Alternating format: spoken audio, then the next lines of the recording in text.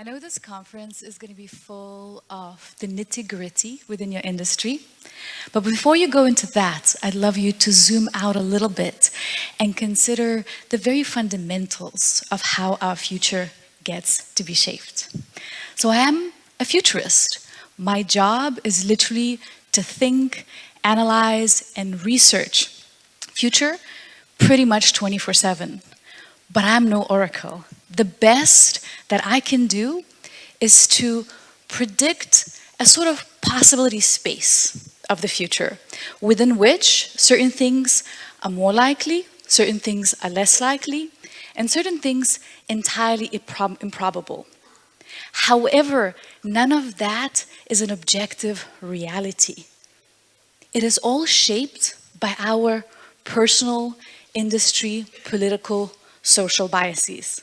If anybody stands up on a stage and tells you that any future trajectory is inevitable, know that they are set to benefit from evangelizing that particular vision. Lately, we've been flooded with these narratives of inevitability. Any particular technology, especially artificial intelligence, being presented almost as this godlike entity that has a singular trajectory of its own. But nothing could be further from the truth. It is always us humans defining what future we're going to have available for us. And the truth is that we've been suffering from a bit of a crisis of imagination when it comes to future. Maybe all the way since the emergence of the binary thinking of future as paradise or hell. So today we have these two most prominent ways to think about the future, which is dystopia and utopia. So what's the issue with that?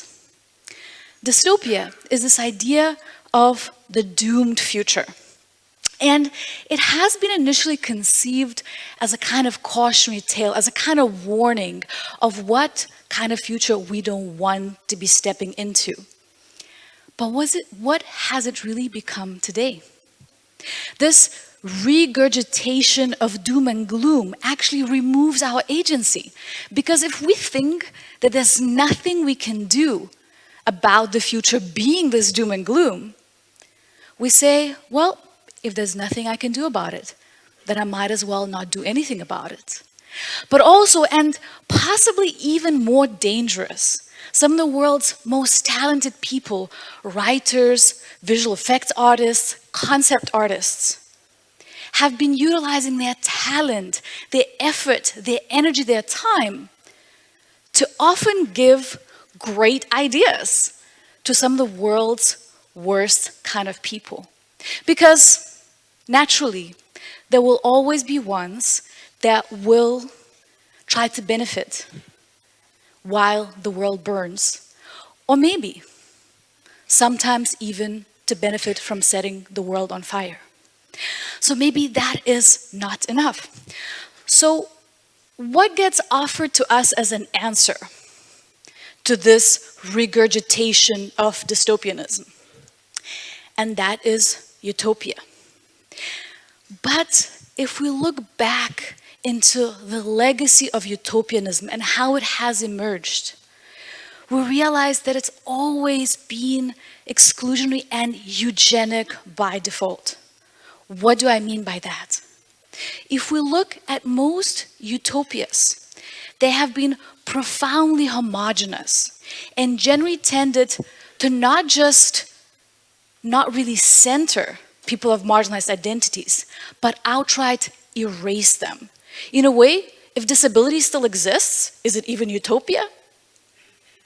And so there's an issue with that homogenization and singular top-down perspective of what this perfect future is. And really, if we just scratch a little bit beyond the surface of most historical utopias, we realize that they have been built on somebody else's dystopia. From Manifest Destiny, the colonization of Americas, that only required largest indigenous genocide in human history and largest human enslavement, to the Aryan Lebensraum expansion within Nazi Germany and outside, of course, of its bounds, that required targeting of disabled people, queer people, Jewish people, Roma people, and other ethnic minorities. And then, of course, lest you would think that I'm only targeting fascist utopias, the communist utopia of Soviet Union.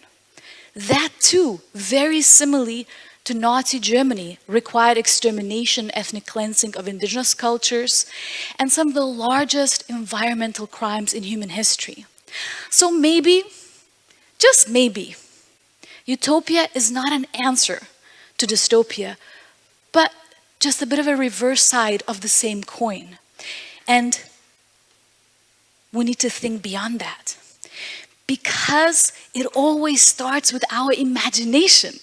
We have this idea that it's the Jeff Bezos and the Elon Musk, the tech gazillionaires of today, that are the most influential people in shaping the future. But when we analyze their personal histories, we see that the kind of future that they've been working towards has been stuck in the future imagination that they acquired as a child, teenager, or a young person, because they read a particular book or watched a particular science fiction movie. And so we need to think how we ourselves are shaped by these fictions that we have imbibed, and how maybe instead of opening our imagination, that has been closing down. Because if we don't think of our own dreams of livable future, we might end up living in somebody else's nightmares. And for me, this emergence of an ideology called TESCREAL, a term coined by Timnit Gebru and Emil P. Torres, embodies that quite well.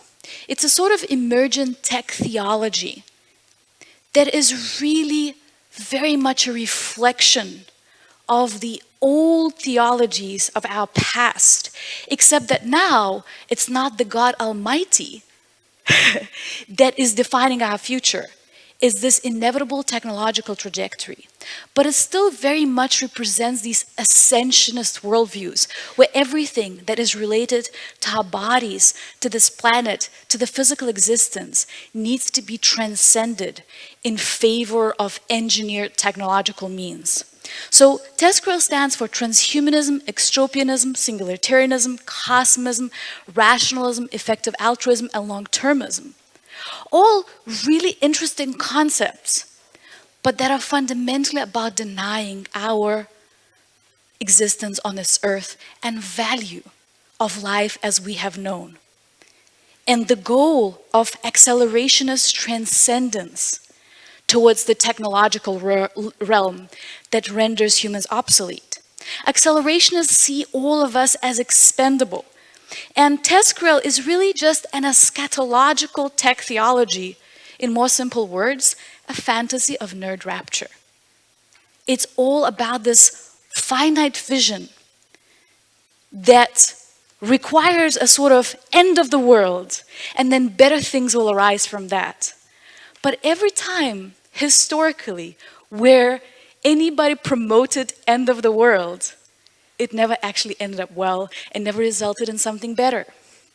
So, is it even possible to disentangle techno-utopian promises and the real-life dystopias they bring about? I've been quite involved in this third wave of VR from early 2012, before Oculus got sold to Facebook, and I remember vividly how images, stills, concept art from dystopian sci-fi ended up in VC pitch decks to build these particular technologies. I mean, is Palantir not a direct descendant of Minority Report? And so we need to think, right, about how do we expand beyond just that utopian, dystopian binary, and imagine futures beyond just what sci-fi has provided to us. As Gary Marcus says, You can't move society that has a history of injustice towards justice by repeating the statistics of the past. And I think that's the problem with so much of the discourse of how AI, whether in a visual format or in the narrative format, will find solutions for us as humans. AI is only sourcing from the data of our past, and in fact, as a really powerful tool, is amplifying the exclusions of our past. So, we need to think beyond that. And the question really is, are we trying to solve a problem, or are we trying to solve humanity? Humans are vital, not just to collaborate with machines, but to question the capabilities of machines and to really consider, well, what are we really better at? And how we need to continuously recall the answers that the machines provide us, not just to go along with the program. Because if we don't, and if AI just sort of starts eating its own production, we end up with degenerative AI. Humans in the loop are absolutely necessary. And so, tech solutionism, this idea that technology is some kind of magical panacea that doesn't actually address foundational issues, always results in oppressive future. Technology is just an extension of our biology. It's just an extension of our minds. From slingshots to satellites, from eyeglasses to AR glasses. These are just tools that we use. And so it's really important to understand what influences the design of these tools, how these tools get deployed, used, and also abused. So what do we do in this reality where Black Mirror is very much our real life? What do we do about it? And I say push back both on nostalgia and also on tech fetishism. There's never been this fictional past that was so perfect and ideal that we need just to go back to. But also, tech is not a magical answer. If the problem is social, cultural, political, the solution needs to be too. Bell Hooks says, to be truly visionary, we have to root our imagination in our concrete reality, while simultaneously imagining possibilities beyond that reality. What does that mean? We absolutely need historical literacy. The future is not just about STEM. It's very much about humanities, increasingly so. But we also need to have present-day literacy to understand what is shaping the world as we have today. Without that, there is no futures literacy. But then, we can't just keep extrapolating from the status quo and say future is just more of the same. We need to think of what are these patterns, historical, present day, so that we could imagine how can we break them for something more inclusive, for something more livable in the future. And so, my positive equation is evolved values supported by innovative tools equals livable, aka Protopian future. It's always us that lead the development of these tools. It's never the tools that must take the precedent. And it's always about our values and priorities. So, Protopian principles is something that we've worked on with Protopia Futures Design Collective. And these are 7 principles that we have defined that require us to move towards a more livable future. Now, these should not be considered as finite principles. If you disagree with anything, if you think anything should be expanded, please come talk to me, reach out, and let's adjust. And also, these principles are not some kind of hierarchical Maslow's hierarchy of needs. They need to be conceived as interconnected circles that all need to be worked on and considered simultaneously. So let's go through them. Okay, plurality beyond binaries. It's this idea that nobody is the default and nobody is diverse. We live in a world of plurality of cultures, of abilities, disabilities, generational perspectives, and we need to come together, not because we are similar, but because of this difference.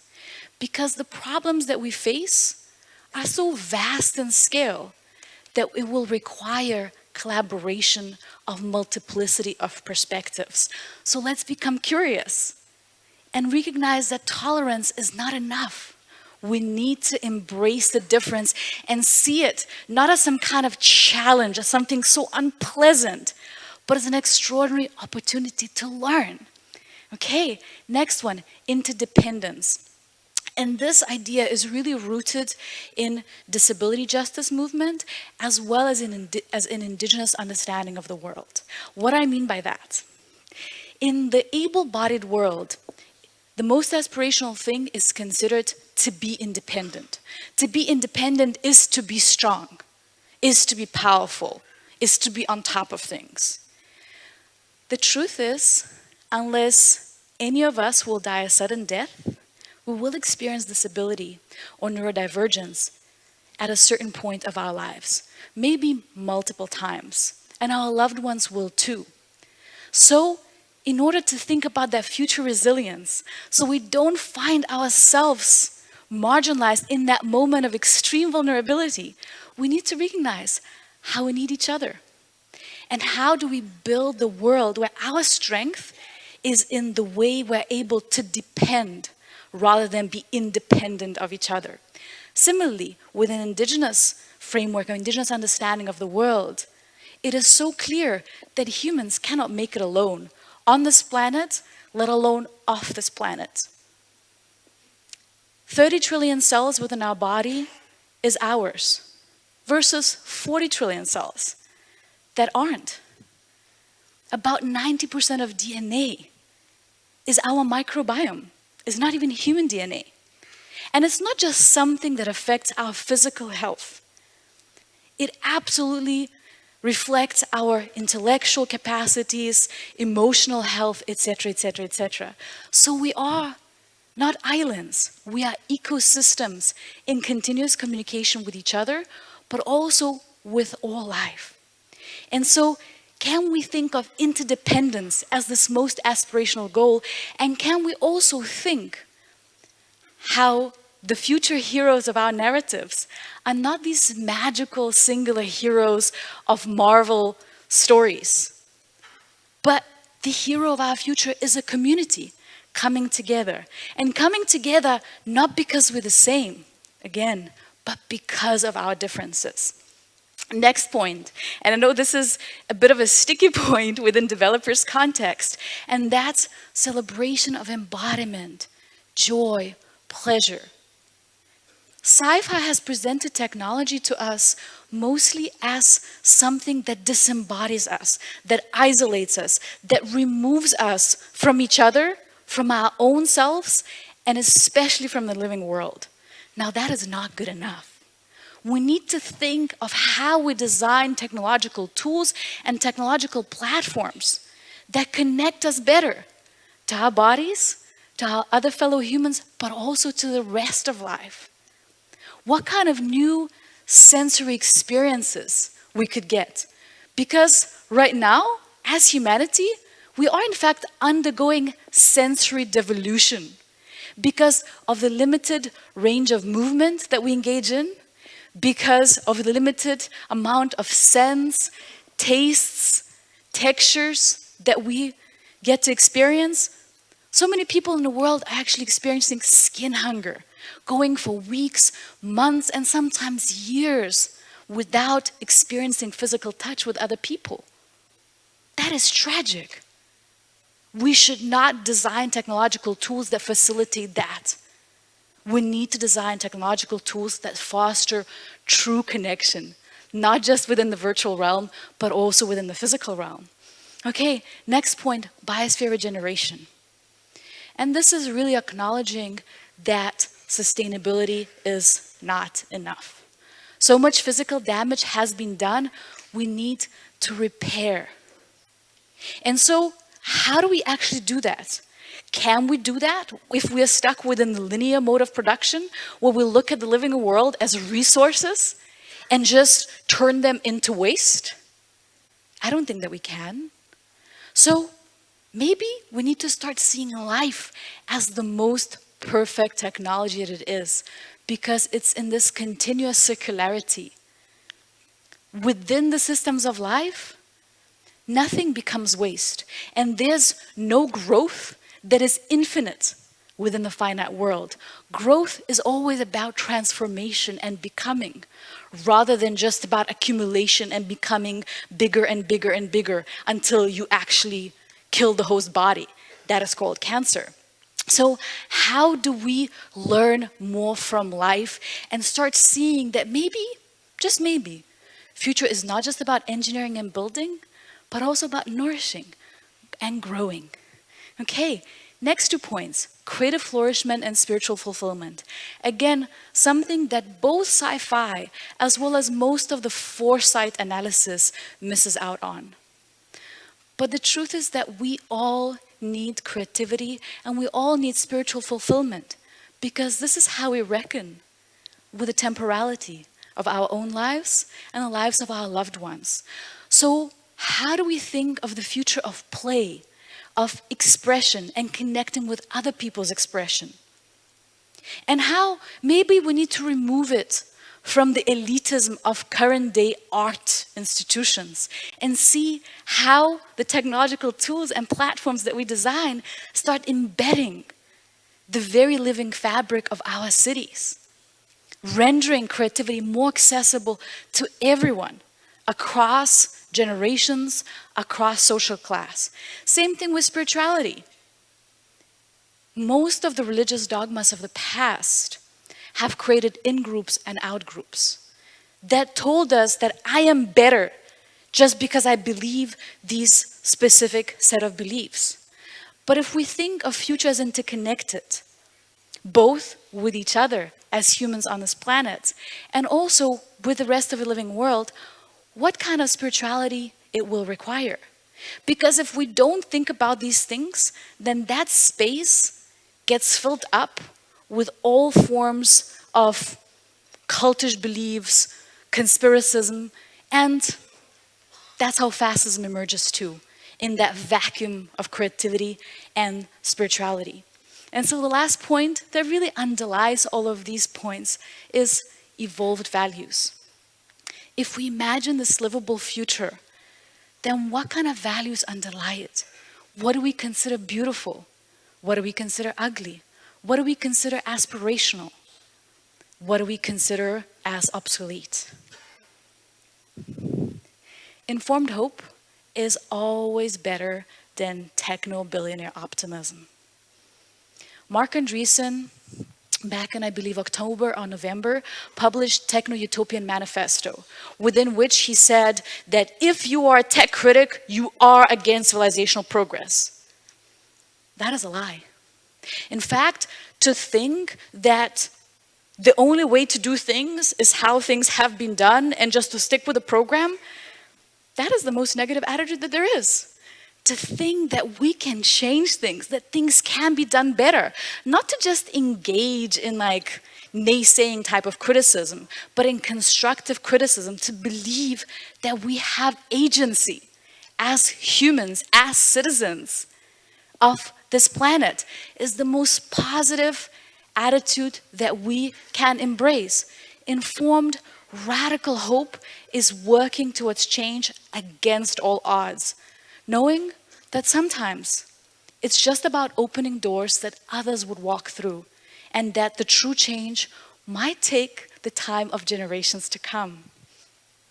One of the hardest things right now in this world of polarization is to think about peace. And my dear friend and collaborator, Jenka Gerfinkel, offered to me that maybe working towards peace is the most protopian rather than utopian thing that there is. Again, utopia is this idea of perfect future that is done, that is finite. Protopia is all about process, about iteration, about continuous maintenance. And that is what peace is about. It's not just about laying down arms and announcing ceasefire. It's also about reckoning with the trauma that any conflict has generated. And the truth is that every conflict has generated trauma. That the history of humanity is both the history of atrocity and beauty, awe, connection, and wonder.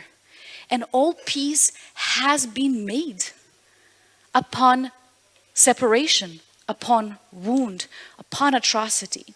And so peace isn't some final destination utopia. Peace is work, peace is cultivation, peace is stewardship, it is negotiation. It is tedious and it is laborious. It is not some silly, unsophisticated, privileged fantasy. We are in this together, as much as we want or we don't want it. No problem is an isolated problem that is somebody else's problem in the world. We live in an interconnected reality. But that doesn't mean that we're all in the same boat. We are in the same storm. Some of us have yachts, some of us have barely life jackets. And some non-human species are being actively drowned as we're sitting in this conference today. So we have to think of how we are in this together and how those of us that have more access can support us that have less. When it comes to future imagination and future policy even, Chinua Achebe says, privilege is one of the great adversaries of imagination. It spreads a thick layer of adipose tissue over our sensitivity. When we don't feel that we personally have a stake in any particular issue, we are never as imaginative and creative about finding solutions to it. And so leadership of the most impacted in the long term benefits all of us. To include disabled people, to include marginalized communities, to include indigenous people is not some kind of charity work. In fact, if we analyze the history of technology, some of the best technology in a way how it has benefited humanity has not arisen from military-industrial complex or from police-state apparatus-related innovation development. It has arisen from disability adaptation, from serving people that we are considered these minority communities, then created technologies from email to voice assistants that we all take for granted today. So let's never design for somebody. Let's never think of it as some kind of charity work. Let's always think how we ourselves might find ourselves sooner or later in that vulnerable position.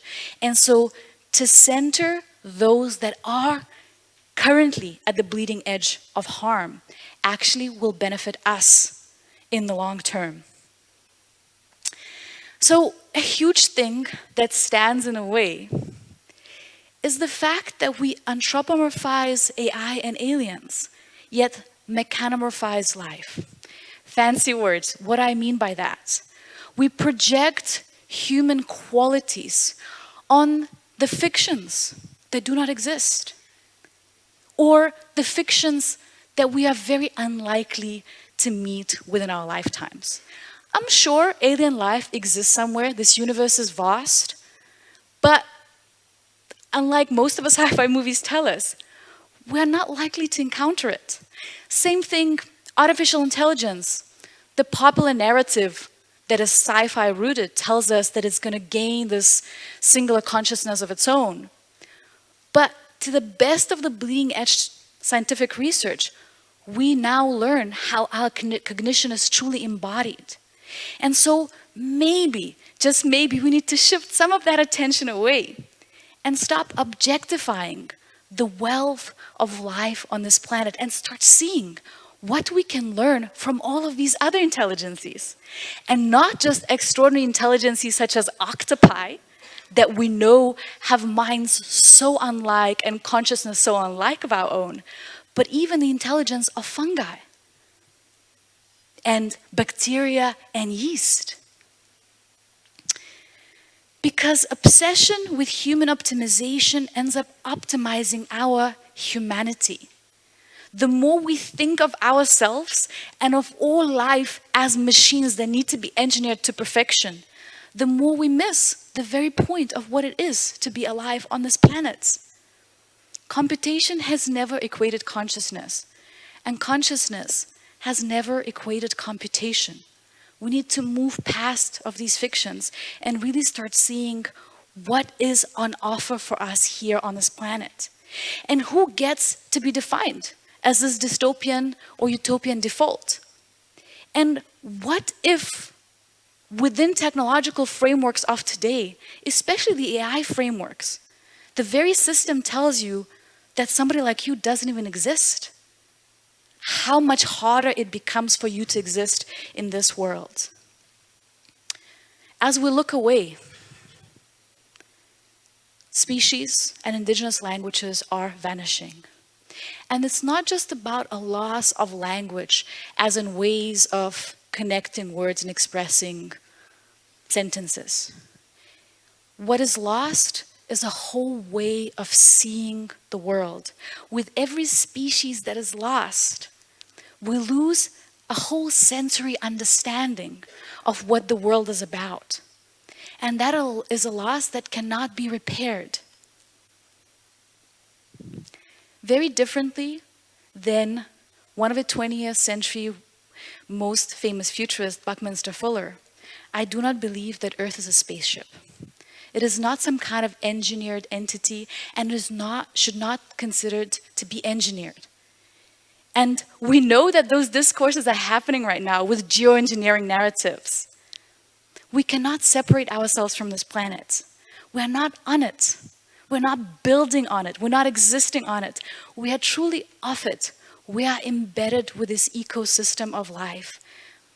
Earth is so complex, it is alive, and everything that we are and everything that we have become through our evolutionary biology is inextricably tied with it.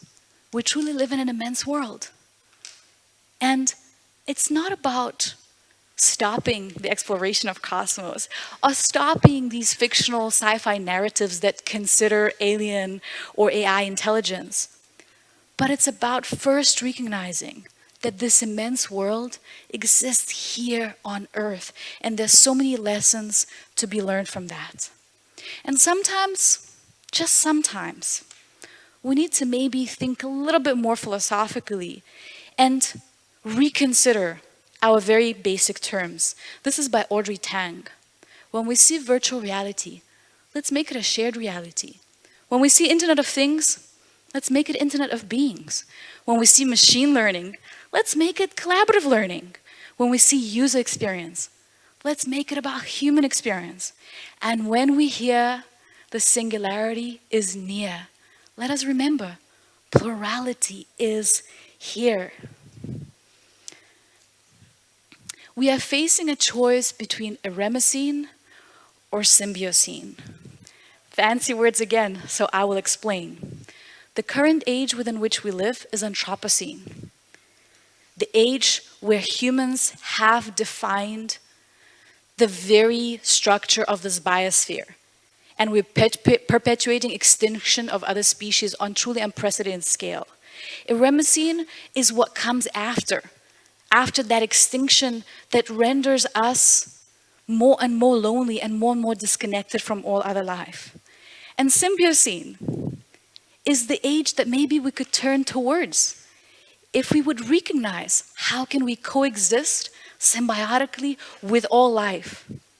And that is not to think of humans as the virus or the desire to become post-human or that we are just the baddies, but really to see how, as indigenous people offer to us, we can be custodians of all life and we can actually make all life cohabitate with us better than it could without us.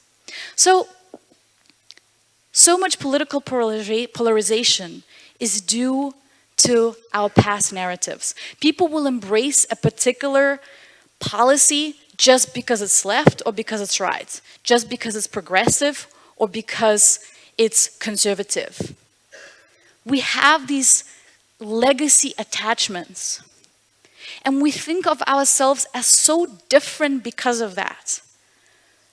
But maybe an alternative offering could be extractive versus regenerative politics. I want to give a shout out to a brilliant friend of mine, Donnie McClurkin, who's been doing an exercise around the world, across different cultures, across different social groups, across people from different industries. And he asked people, can you imagine a future vision that you would actually like to live in? And represent it with a simple shape. And most people, again, across all of these extraordinarily diverse backgrounds, end up making an image of a circle, of a heart, or of an infinity sign, or a variation of that. And then he'd ask, and now draw a shape of what is the kind of world that we live in. And most people would end up drawing a line, square or rectangular figure, or a bunch of scratch lines.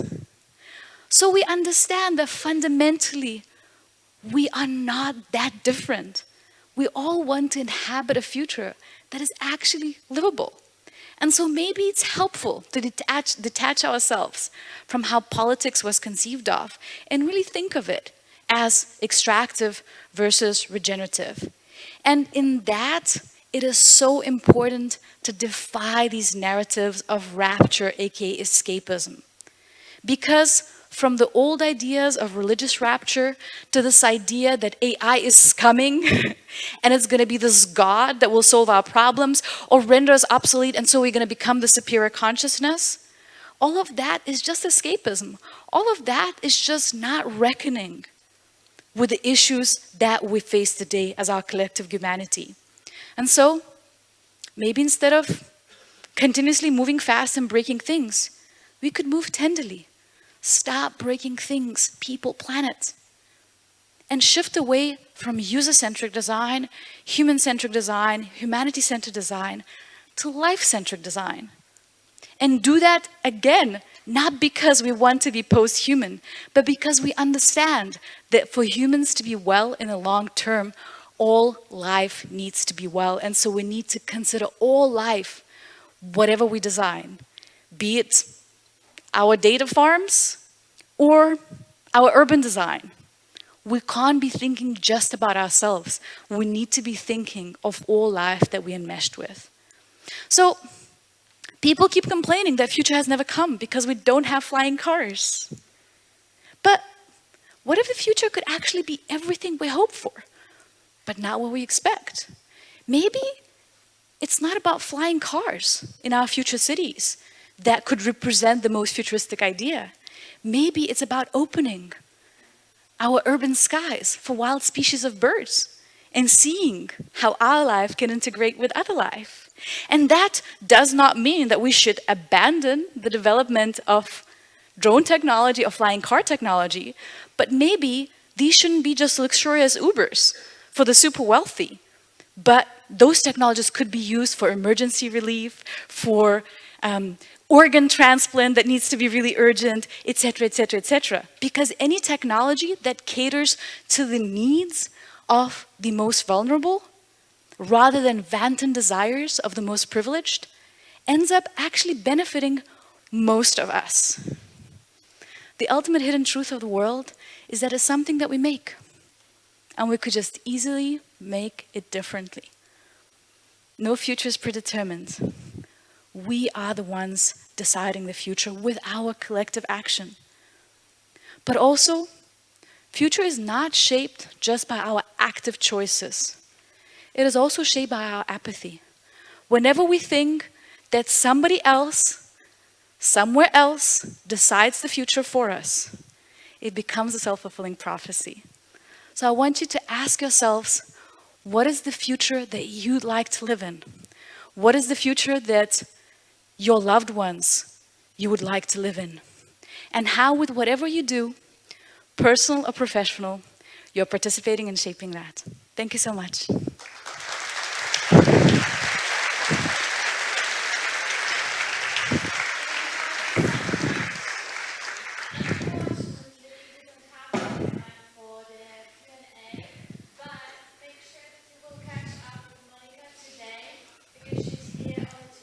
Monika? I might come through tomorrow, let's see. Amazing. And I'm on all the social media, so please do reach out. Please reach out her. Thank you, Monika, so much.